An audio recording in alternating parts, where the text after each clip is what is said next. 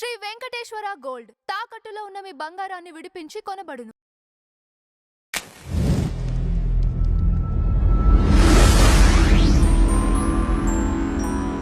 నమస్తే సార్. నమస్తే. సార్, పేర్ని నాని గారు నోరు జారడని ఎన్నో సందర్భాల్లో మీరు చెప్పడం జరిగింది. కానీ రీసెంట్‌గా మన నోరు జారి ఒక కార్యకర్త చేత బూతు మాట అనిపించుకోవడం జరిగింది. అదే విధంగా అంబటి రాంబాబు గారు కూడా పోలీసులంటే కించిత్ గౌరవం కూడా లేకుండా ప్రవర్తించడం. వీరిద్దరూ కూడా ఎందుకు సార్ ఈ విధంగా రోజు రోజుకి దిగజారిపోతున్నారు? అంటే ఇప్పుడు వైఎస్ఆర్‌సీపీలో 2 బ్యాచ్‌లున్నాయి. ఒకటి బజార్‌ను బడి బరిదెగించి బూతులు మాట్లాడేటువంటి బ్యాచి ఒకటి. ఏది కొడాలి నాని, వల్లభనేని వంశీ, రోజా ఈ బ్యాచ్ అంతా ఒకటి ఉంది. కొంచెం అంటే సెటైరికల్‌గా మాట్లాడుతూ సబ్జెక్ట్ మీద కాస్త ఇదిగా మాట్లాడగలిగిన బ్యాచ్ ఇంకో బ్యాచ్.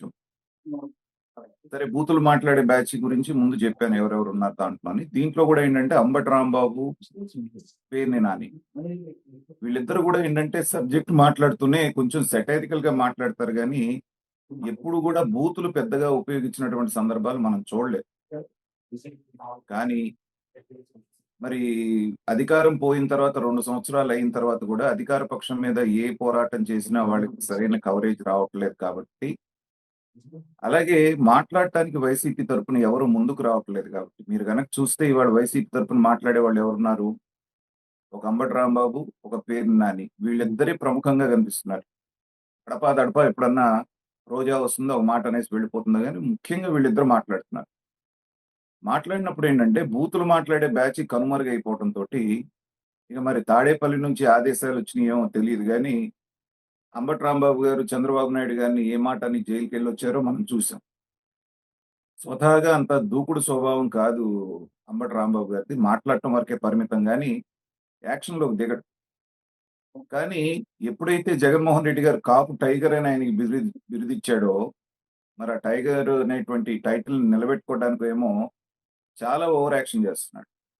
ఎక్కడ ఏది జరిగినా ఈయన వెళ్ళటం, బ్యారికేడ్లు తోసేయటం, పోలీసులొస్తే వాళ్ళని దుర్భాషలాడటం, వాళ్ళని తోసేయటం, ఇలాంటి రకరకాల చర్యలకు పాల్పడుతున్నాడు. అలాగే పేర్ని నాని గారు ప్రముఖంగా ఇప్పుడు చెప్పాలి అంటే నంబర్ 1 పొజిషన్‌లో పేర్ని నాని గారు ఉన్నారు. మాట్లాడేటువంటి విషయంలో ఏ విషయం వచ్చినా గాని కౌంటర్ చేయటం అనేటువంటిది దాదాపుగా ప్రతి 2 రోజులకో, ప్రతి రోజునో ఆయన ప్రెస్ మీట్ చూస్తున్నాం ఈ మధ్య కాలంలో. గతంలో ఎప్పుడన్నా వారం రోజులకి, 10 రోజులకి వచ్చేవాళ్ళు గాని ఇప్పుడు ప్రతిరోజు మీడియాలో కనపడుతున్నాడాయన. అయితే ఏంటంటే నిన్న జరిగినటువంటి సంఘటన మీరేదైతే అతను ఒక బూతు మాట మాట్లాడాడనేటువంటిది అది ఆన్ కెమెరా మాట్లాడింది కాదు. అమరావతి రైతులు వీళ్ళని తరిమి కొట్టినటువంటి సందర్భంలో అక్కడెక్కడో నుంచొని మాట్లాడుతూ ఉంటే అది పచ్చి బజారు వాళ్ళు మాట్లాడుకునేటువంటి భాష ఆయన ఉపయోగించడం జరిగింది. సరే, ఇక రైతులతో పెట్టుకుంటే బూతులు వీళ్ళకంటే గట్టిగా మాట్లాడగలరు కదా వాళ్ళు. సో అతను ఒక మాజీ ఎమ్మెల్యేని, మాజీ మంత్రిని, ఒక కాపు సమాజంలో పెద్ద నాయకుడని, వైసీపీలో పెద్ద నాయకుడు అనేటువంటి కనీస మర్యాద కూడా లేకుండా ఇతనే మాట అన్నాడో దానికి రెట్టింపు అవతల రైతు సమాధానం చెప్పడం, అది వీడియోలో రికార్డ్ అవుట్. అదేంటంటే మీడియా సమక్షంలో మాట్లాడింది కాదు. ఆఫ్ ద రికార్డ్ అందరూ బూతులు మాట్లాడుతూ ఉంటారు. రాజకీయ నాయకులు అనేటువంటి వాళ్ళకి వీళ్ళంతా గ్రాస్ రూట్ లెవెల్ నుంచి వచ్చినాళ్ళు కాబట్టి మాట్లాడటం సహజం. కానీ అతని సహజ శైలి ఏంటి అనేటువంటిది, పేర్ని నాని గారు మర్యాదస్తులాగా మాట్లాడతాడు అనేటువంటిది నిన్నటితోటి ఆ పదం వాడటం అనేటువంటిది ఏంటంటే అతని ఇమేజ్‌నే డ్యామేజ్ చేస్తుంది. ఇవాళ ఒక రకంగా చెప్పాలి అంటే వైఎస్ఆర్‌సీపీ భారం మొత్తం అంబటి రాంబాబు గారు, పేర్ని నాని గారే మోస్తున్నారు. మిగతా వాళ్ళెవ్వరూ గూడా కనుచూపు మేరలో కనపడటం గాని, ఒకళ్ళు ప్రెస్ మీట్ పెట్టడం గాని, ఆ సజ్జల రామకృష్ణారెడ్డి ఏమైపోయాడో, ఆ బుగ్గన రాజేంద్రనారెడ్డి ఏమైపోయాడో, కాస్త సబ్జెక్ట్ మాట్లాడేటువంటి వాళ్ళు కొంతమంది ఉన్నప్పటికీ కూడా వాళ్ళెవ్వరూ కనపడట్లేదు. అడపాదడపా శ్యామల మాట్లాడుద్ది, రోజా మాట్లాడుతుంది. తర్వాత ఇప్పుడు వీళ్ళిద్దరు మాట్లాడుతున్నారు.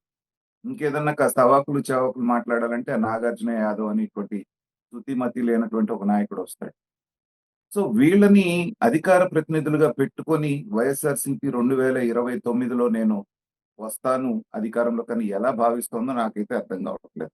నిన్న గూడా పేర్ని నాని గారు ఒక ప్రెస్ మీట్‌లో ప్రెస్‌తో మాట్లాడుతూ కొంతమంది పోలీస్ ఆఫీసర్స్ యొక్క పేర్లు గూడా తీసుకొని, వాళ్ళు ఆహార్యాన్ని గూడా తెల్లగా, లావుగా ఒకడుంటాడు.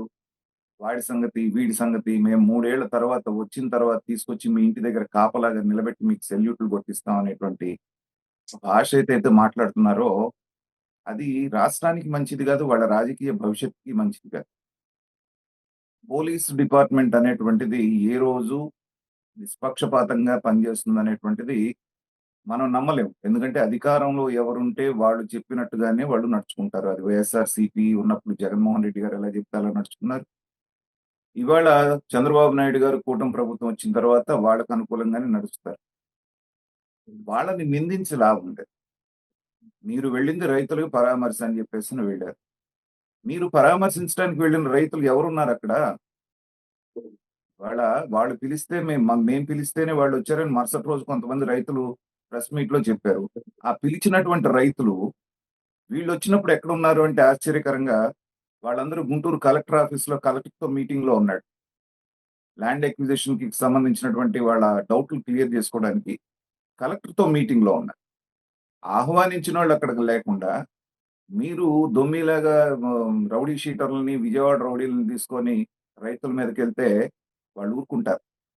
అసలే మీరు చేసినటువంటి దాష్టీకాలకి వాళ్ళు కడుపు మండి 5 సంవత్సరాలు నానా యాతన పడి ఇప్పుడిప్పుడే వాళ్ళకి ఆశలు చిగురిస్తున్నటువంటి సందర్భంలో మళ్ళీ దాని మీద నీళ్లు చల్లటానికి బయలుదేరి వెళ్తే వాళ్ళు ఊరుకుంటారు. జరిగిందదే. ఎంత పరాభవం పొందారు? ఆ పేర్ని నాని గాని, లేకపోతే అంబటి రాంబాబు గాని, ఆ కారుల దగ్గరికి నడుచుకుంటూ వెళ్తున్నప్పుడు వాళ్ళ మొహంలో వాళ్ళ ముఖ కవళికలు ఒక్కసారి గనక చూస్తే అవమాన భారంతో కుంగిపోయి ఉన్నారు. అవసరమా మీకు? అయిపోయింది. కొద్దిమంది ఒక 15 మంది, 22 మంది రైతుల కోసం 34,000 ఎకరాలు ఇచ్చినటువంటి రైతుల్ని ఇబ్బంది పెడతారా? కాబట్టి ఏంటంటే, ఇకనైనా సరే కనీసం ఏమాత్రం జ్ఞానం ఉంది అంటే సిగ్గు, శరం లాంటి పదాలు వాడటం అనేటువంటిది నా సంస్కారానికి విరుద్ధం కాబట్టి చెప్తున్నాను. ఏమాత్రం సంస్కారం ఉన్నా, కాస్త జ్ఞానం ఉన్నా ఎవరి కోసమో ఒక జగన్మోహన్ రెడ్డి ఆదేశిస్తే ఆయన్ని కాపాడటానికి వీళ్ళు ఇన్ని అవమానాలు, ఇన్ని చీత్కారాలు, ఇన్ని కోడిగుడ్డు దెబ్బలు, ఇన్ని టమాటా దెబ్బలు తినాల్సినటువంటి అవసరం సుదీర్ఘమైనటువంటి రాజకీయ అనుభవం ఉన్నటువంటి అంబటి రాంబాబు గారికి గాని, లేకపోతే పేర్ని నాని గారికి గాని అవసరమా? మిగతా వాళ్ళందరూ తప్పుకున్నప్పుడు మీరు మాత్రమే భుజానేసుకొని ఎందాక లాగుతారు? పైగా కాపు, కాపు, కాపు అని చెప్పేసని ఇదొక పెద్ద తలనొప్పి అయిపోయింది. ప్రతిదానికి కాపు కార్డు వాడటం. ప్రతిదానికి కాపులకి అన్యాయం జరుగుతుంది. ఇది విని విని విసుగొస్తాంది జనానికి కూడా. కాబట్టి అతి సర్వత్రా వర్జేయత్ అని చెప్పేసని ఏదైనా అతి చేస్తే అది వికటించే ప్రమాదం. కాబట్టి ఈ కాపు నాయకులని చెప్పుకుంటున్నటువంటి వైసీపీ సీనియర్ లీడర్లని చెప్పుకుంటున్నటువంటి ఈ ఇద్దరు కూడా నా దృష్టిలో ఒక రాజకీయ విశ్లేషకుడుగా మిగతా వాళ్ళతో పోల్చుకుంటే కొంత విఘ్నత ఉన్నటువంటి వాళ్ళే. కానీ ఈ మధ్య కాలంలో దాన్ని లైన్ క్రాస్ చేసి మరి మాట్లాడటం, లైన్ క్రాస్ చేసి మరి బరితెగించి ప్రవర్తించడం అనేటువంటిది రాష్ట్రానికి ఎలాగూ ప్రభుత్వం చూసుకుంటుంది. కానీ వాళ్ళ రాజకీయ భవిష్యత్తుకే ప్రజల్లో వాళ్ళు మరింత పలసనయ్యేటువంటి అవకాశం ఉంది. సుదీర్ఘమైనటువంటి చరిత్ర ఉన్నటువంటి వాళ్ళు ఇలాగే గనక ప్రవర్తిస్తే చరిత్రహీనులుగా మిగిలిపోయేటువంటి ప్రమాదం ఉంది.